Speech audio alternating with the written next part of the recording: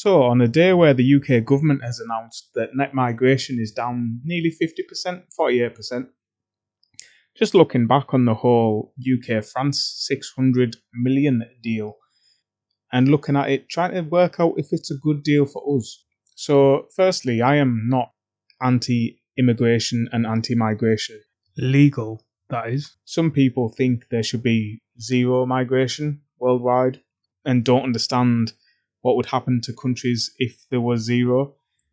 Some people want zero borders and don't understand the side effects of that as well, and don't understand the security implications of that, and how if it was truly like that, there would be no culture left. We would just be one globe of. I mean, in a lot of ways we are the same, but in a lot of ways we are different, and them differences are interesting and keep us just interesting, And if we all looked the same and spoke the same and had the same language, exactly the same language and the same haircuts and ate the exact same food, it would be boring. That's not culture. That's the lack of culture. So I think there has to be a limit to everything, as with most things in life. But this deal specifically, so the headline is normally 600 million, and it's a little bit more complicated than that, but not by much. So the deal is over the space of 3 years, it's 500 million and another 160, is it? Depending on results. So really 660 all in over 3 years. So let's just, for the sake of this, just say we're 200 million a year. And it just, for me, doesn't seem an amazingly good deal for the UK taxpayers to be paying the French government to try and do a job that so far they've not been amazing at. No offence, France. I'd love to retire there someday. Maybe I'll, migrate there. Who knows? But at the end of the day, not the best deal in the world. And not the biggest fan of Starmer for a few reasons. Don't think he's doing certain things necessarily well. But where I'll give him his due, now and again he does have a backbone. He proved that when people are trying to challenge him for leadership. And by the time this video is uploaded, that might have changed. He might already, who knows? Where Trump was trying to challenge him and blackmail him into the Israel-Iran war, he stood his ground and said, no, we're not going to get involved the way you want us to. So, again, kudos where it's due, because I don't think we should be involved with that war the way they want us to. I think that's a slippery slope, and I think that's something we should not be doing. You could argue we should have dealt with the Cyprus incident a bit differently, but that's a different topic altogether. So he does prove he has a backbone now and again. My question is, when it comes to France, where is that backbone? Is he just so pally with Macron that he refuses to put his foot down, or this is just a hypothetical, definitely not referring to these people in charge of these countries, just in a hypothetical world with a similar deal, is somebody getting some backhanding money for this?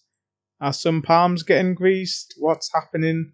Because the sums don't really add up.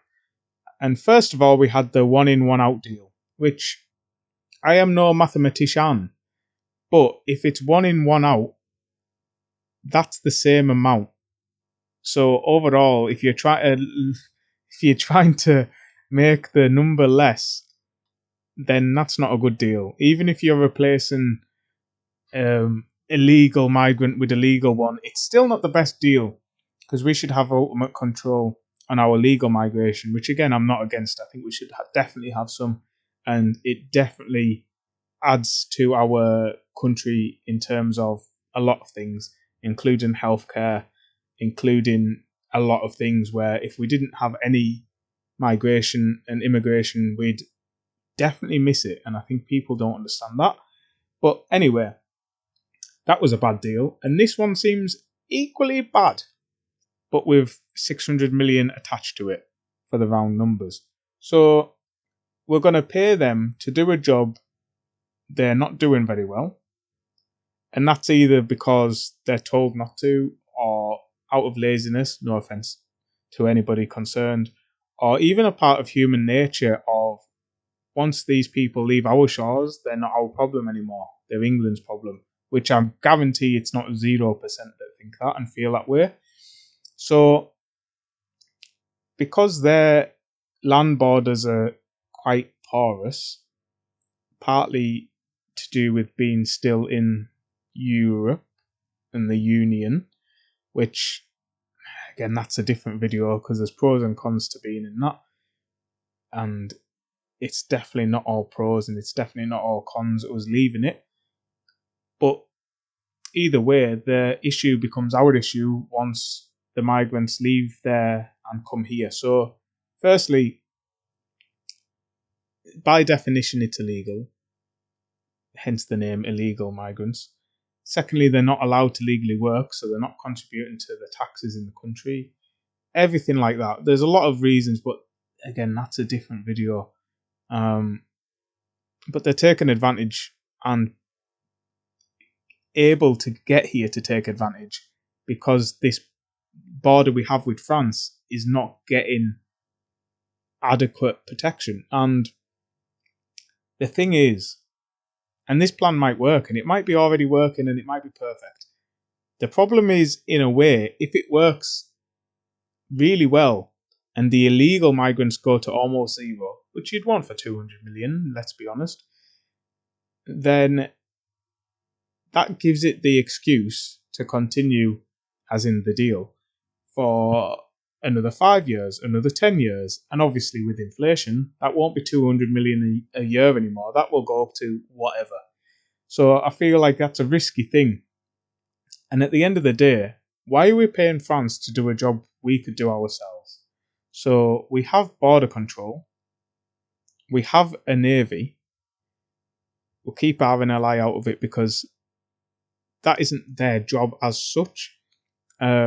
And absolutely never a bad word to say about RNLI. They're amazing.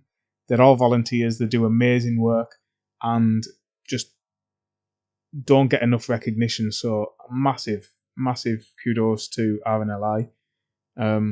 But that is not their job.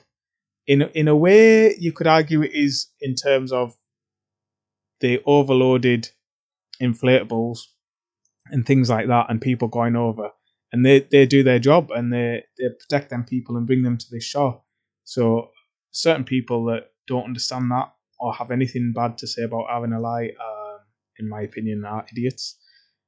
Cannot praise them enough. But keeping them out of this, we have a border force and we have a navy still. It might not be the navy of 100 years ago. It might not be the navy of 200 years ago, but we still have a navy that are capable. And we still have a lot of cutter-style boats that are capable of controlling the illegal migration, let's say.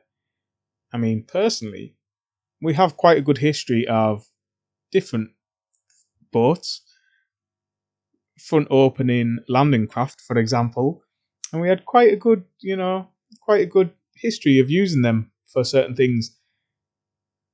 And they might be more adequate, but just going off the maths,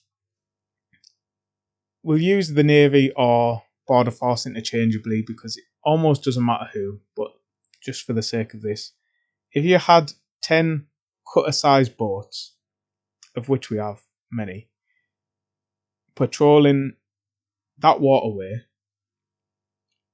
with roughly 10 crew on board, that's still in the 3 to 4 million a year. That's not including diesel, I admit that. That's just salaries and not including wear and tear. But there's a massive difference between 3 to 4 million and 200 million. Even if you had to double or treble the amount of boats for a while, then that number is still a fraction of the cost we are going to pay France to do the same job.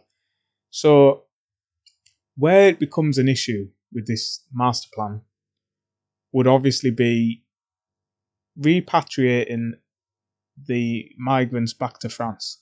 So, I mean, on a human rights side, people can't argue that we are sending them to an African country with a bad human rights record, let's say.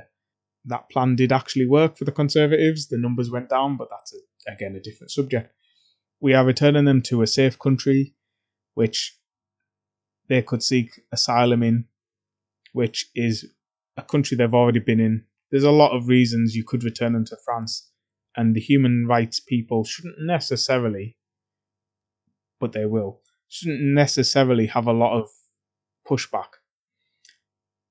The problem is legally, because once you try to do that, you would need France on board, because otherwise we are essentially invading France.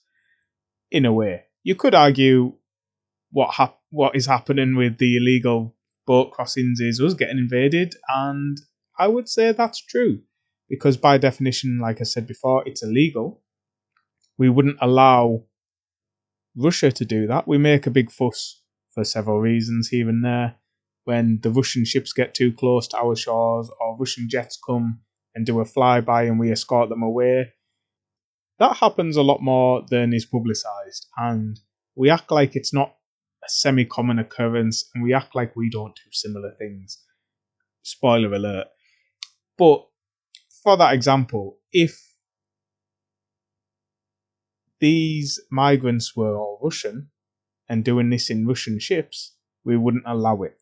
So again, that's a different topic for migration overall, but we are essentially allowing unvetted people to come across. So I would hazard a guess that a good 90% of them, I don't have the stats on this, so don't quote me, but I'd imagine, if not all, a good 90% of these people will not have passports that are illegally crossing on these boats. The problem with that, I mean, apart from the obvious security risk, is you don't know where they're from. So personally, I would just assume they're French, because they've come from France and they don't have a passport.